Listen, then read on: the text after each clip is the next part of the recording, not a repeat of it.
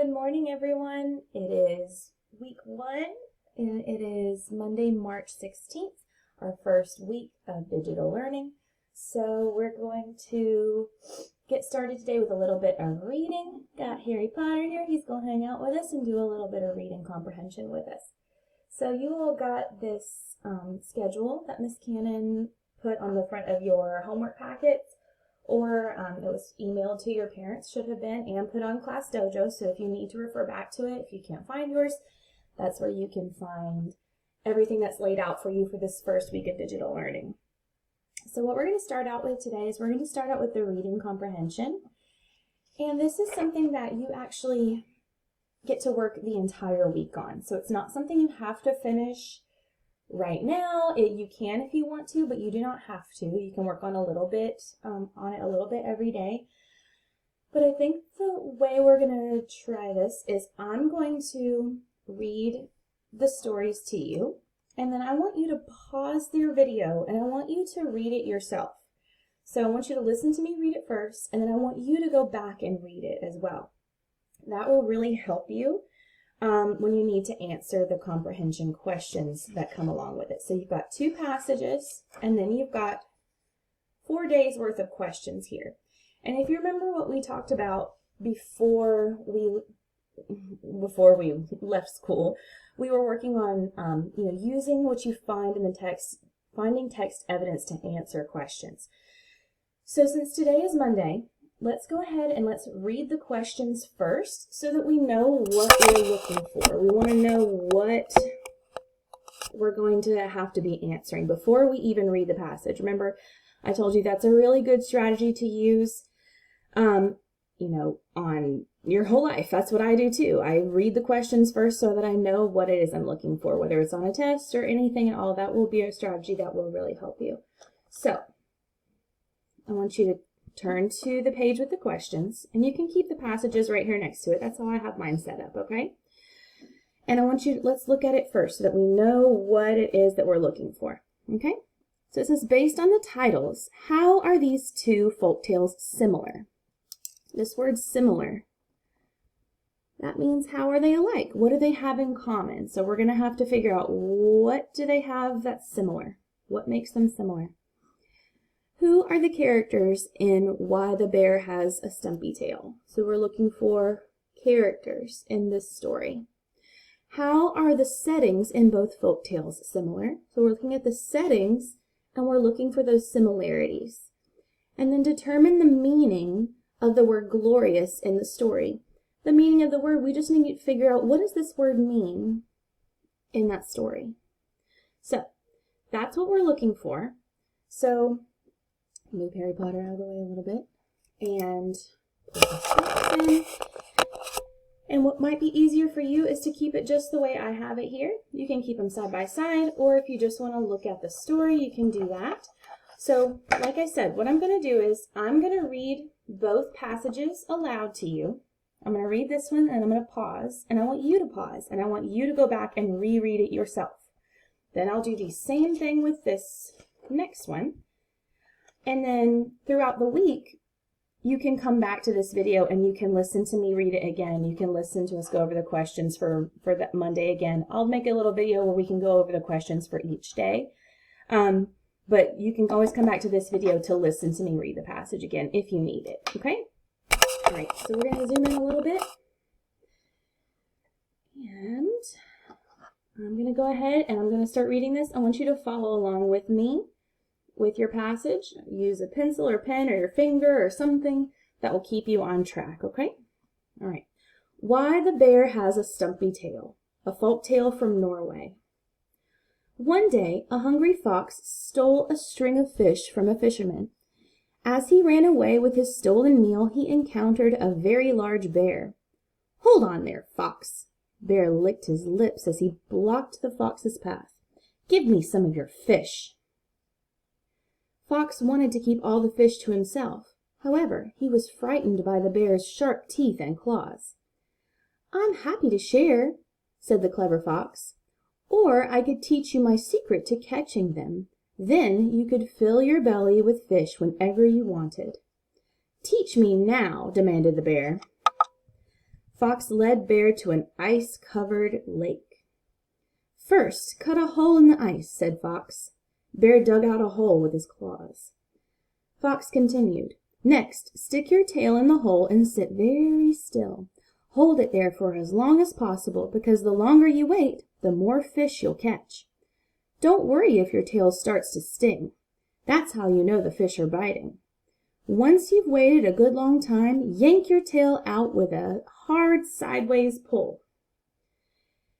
In those days, bears had long, beautiful tails. So Bear said to Fox, "If you caught all these fish with your plain-looking tail, imagine how many fish a glorious tail like mine will reel in." "Exactly my thoughts," Fox smiled. "I'll be on my way then. Don't want to disturb your fishing." Fox scurried away, dragging his long string of fish behind him. Bear did everything just as Fox said. When it came time to pull his tail out, he gave a strong sideways yank. The hole had frozen over, so when the bear had pulled, his tail snapped off and stayed stuck in the ice. Poor Bear's tail never grew back, and that's why bears have short, stumpy tails. So, like we read in the questions, we need to figure out what this word means, okay? So you can underline or highlight that. What I want you to do right now, I want you to pause your video, and I want you to read this again by yourself. So I need you to do that now. Okay, so now that you have read that first passage on your own, we can go on and we can read this passage. Now, if you wanted to stop and try to answer some of those comprehension questions using that first passage, that would be a good strategy for you. That way you don't forget what you read once you've read this part. But we are going to have to compare and contrast some of these stories, so you might want to listen to both before you answer some of those questions, because you might not know the answers yet. So I want you to, what I did is I put the questions behind this page and I put the other passage behind this page that we just read so that they're right here with me if I need them. But now I'm going to read the next one to you. And this is the same thing. I'm going to read this to you. I want you to pause and I want you to read it again all the way through by yourself and then go look at the questions, okay? So the title of this, Clever Mrs. Fox, and it is a folktale from India. One evening, when Mr. and Mrs. Fox were headed back to their burrow, a ferocious tiger leapt out in front of them. Mr. Fox trembled with fear. Mrs. Fox was frightened also, but she didn't let it show. Instead, she looked the tiger right in the eye, saying, "Lord Tiger, we're so glad we found you." "You are?" asked the surprised tiger. "Oh, yes," said Mrs. Fox. "Mr. Fox and I would be grateful for your advice. We can't agree on a solution to our problem." "And what problem is that?" asked Lord Tiger. "Sad as it may be, Mr. Fox and I have decided to end our marriage." "We have?" yipped Mr. Fox. "Don't interrupt, dear." Mrs. Fox winked at her husband. Mr. Fox had no idea what his wife was up to, but he let her continue. "When we part ways, we must divide our 5 children between us. But we are unsure how to do so fairly." Lord Tiger licked his lips. "5 children, you say?" "5 sweet, plump fox cubs," stated Mrs. Fox. "Can you help us?" "There's nothing I'd like more." Lord Tiger could already taste their tender young meat on his tongue. "But to come up with the best solution, I'll need to see the cubs myself." "A brilliant idea," said Mrs. Fox.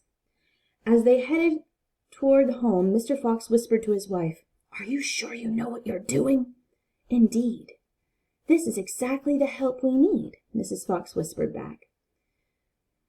When they arrived back at their burrow, Mrs. Fox said to her husband, "Go inside and get our children ready to greet our visitor, while I keep Lord Tiger company." Mr. Fox disappeared down the hole. Time passed, and Lord Tiger grew impatient. "What's taking them so long? They should be out to greet me by now." "Why don't I go inside and help my husband with the children?" Mrs. Fox suggested. After all, there are some things only a mother can do to help her children. Go, Lord Tiger commanded. Clever Mrs. Fox bowed to Lord Tiger, then backed her way down the hole safely into her burrow. Lord Tiger waited and waited for the Fox family to come out. He called to them, but there was no reply. Realizing he'd been tricked, Lord Tiger slunk away hungry. Mr. and Mrs. Fox raised their cubs together and stayed married for the rest of their lives. Okay. Now, same thing. I want you to pause the video and I want you to read it yourself. Then you should be able to answer Monday's questions. If you wanted to go on and do some other ones, that's fine. If you wanted to do the whole week, that's fine too. You do not have to. That's why Miss Cannon labeled each day for you. So remember, we went over these questions together. Pause your video. Read the passage that I just read by yourself. If you need to go back and read both of them, do that. And then I want you to answer the questions for Monday. I'll come back tomorrow and I'll make a little short video where I can read you all of the questions for each day. I'll probably just make one video for the questions for Tuesday, Wednesday, and Thursday. For the rest of the week, you're just using these same two stories to answer these questions. So if you need to go back and listen to this video again where I'm reading them to you, or if you need to reread them yourself, or do both, that would be really great. And you should be able to answer all the rest of these questions easily. If you have any questions, if you're not understanding a question, you can ask your mom and dad. If they're not sure either, you can message me or email me, and I will happily reply to you and help you out. You guys are going to do great. I know it's kind of weird doing this, but I know you're going to do a great job. Just remember, Miss Cannon and I are here to help you whenever you need it. With anything that you need, we are here for you. So hang in there. Do a couple things per day. Do the schedule that Miss Cannon laid out for you. And then you're free. And you can have some free time. Make sure you're reading or doing something other than TikTok. Okay? All right. I'll talk to you guys soon.